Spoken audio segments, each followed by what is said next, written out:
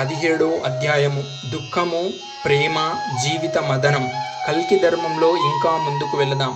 దుఃఖము, ప్రేమ ఈ రెంటికి ఆధ్యాత్మికత్వానికి గల సంబంధం తెలుసుకున్నాం.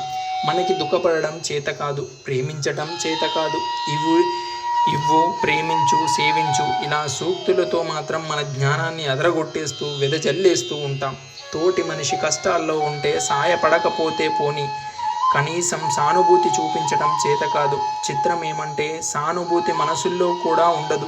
ఆధ్యాత్మిక ధర్మంలో ఉన్నామని చెప్పుకునేవారు సామాన్యుడి కంటే చాలా కఠినంగా ఉండటం నాకు ఆశ్చర్యం కలిగిస్తూ ఉండేది. ఇది డిటాచ్మెంట్ అని చెప్పుకుంటూ వాళ్ళు ఆత్మవంచన చేసుకుంటూ ఉంటారు.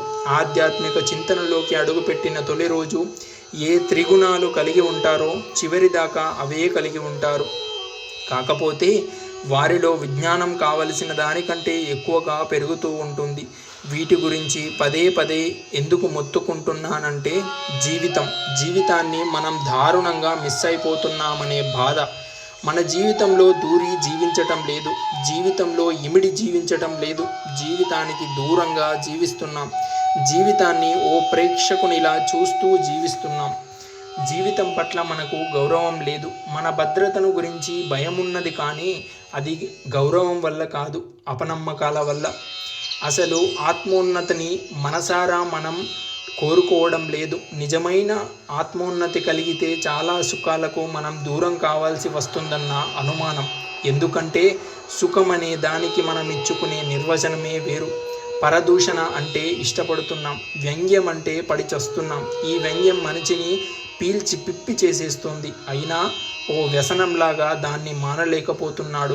అది తనని బలి చేస్తుంది, పక్క వాళ్ళని బలికొంటుంది. మనిషి మాట విషయం చాలా జాగ్రత్తగా ఉండాలి. వాక్కు చాలా విలువైనది, కంట్రోల్లో పెట్టుకోవాల్సిన ముఖ్యాంశాలలో ఒకటి. కానీ కంట్రోల్లో పెట్టుకోలేకపోతున్నాడు.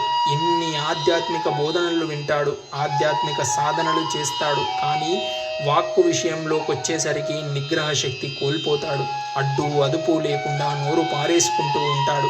చిత్రం ఏమిటంటే ఆధ్యాత్మిక బోధనలు చేసే గురువులు కూడా అన్ని రకాల వర్గాల వాళ్ళు శ్రోతలుగా ఉన్న నిండు సభల్లో వాళ్ళు మరిచిపోయి నోరు పారేసుకుంటారు.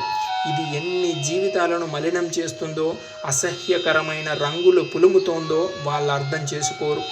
అసలు మనిషి బయటివాడు చెప్పే విషయాలు వినే ప్రయత్నం చేయడు. ఎంతసేపు మాట్లాడి తన భావాలను పక్క వాళ్ళ మీద రుద్దటానికి ప్రయత్నిస్తాడు. వీళ్ళు కొన్ని అభిప్రాయాల ఉచ్చులో బిగుసుకుపోయి ఉంటారు. ఆ ఉచ్చులోంచి బయటికి రావడానికి ససేమిరా ఇష్టపడరు. ఎంతసేపు ఎదుటి వాళ్ళని ఖండించటానికి ఉవ్విళ్ళూరుతూ ఉంటారు. ఖండన వాళ్ళ జీవితపు హక్కు. ఎదుటివారు చెప్పదలుచుకుంది అసలింకా పాయింట్లోకి రాలేదు, అసలింకా ఆదిలోనే ఉంది. నువ్వు చెప్పేదయ్యిందా? అక్కడే నువ్వు పొరపడుతున్నావు, అక్కడే నేను విభేదిస్తున్నాను, ఇహ నే చెప్పేది విను అంటూ మొదలు పెడతాడు. అసలు మనం ఎదుటి వాళ్ళను సరిగ్గా చెప్పనిస్తే తాను చెప్పగలిగిన దానికంటే కూడా ఎక్కువ చెప్పగలుగుతాడు. మనిషి శాంతిని వెతుక్కుంటూ చేసే అన్వేషణలో ఒక ధర్మం గురించి ఇంకో ధర్మంలోకి, ఒక పద్ధతి నుంచి ఇంకో పద్ధతిలోకి, కొందరు ఇంకా లోతులకెళ్ళి మతం నుండి ఇంకో మతంలోకి మారుతుంటారు. ఇది మారటం అంటే కన్వర్ట్ అవ్వటం. కానీ జీవితానికి వెలుగు చూపేది ఒక దాంట్లోంచి ఇంకో దాంట్లోకి మారటం కాదు, తనలో చైతన్యంతో కూడిన మార్పు తెచ్చుకోవడం అంటే ట్రాన్స్ఫార్మ్ అవటం. ఇవన్నీ ఎందుకు చెప్పాల్సి వస్తుంది? పాల సముద్రాన్ని మదించుకుంటూ పోతే ముందు ఏవేవో పుట్టి చివరకు అమృతం ఆవిర్భవించింది. అలాగే జీవితాన్ని మదించుకుంటూ పోతే దాంతో విడదీయరాని బంధంతో ముడిపడి ఉండి అయినా నిస్సహాయంగా విడిపోయి ఉన్న అసలైన ఆధ్యాత్మిక ధర్మం ఆవిర్భవిస్తుంది.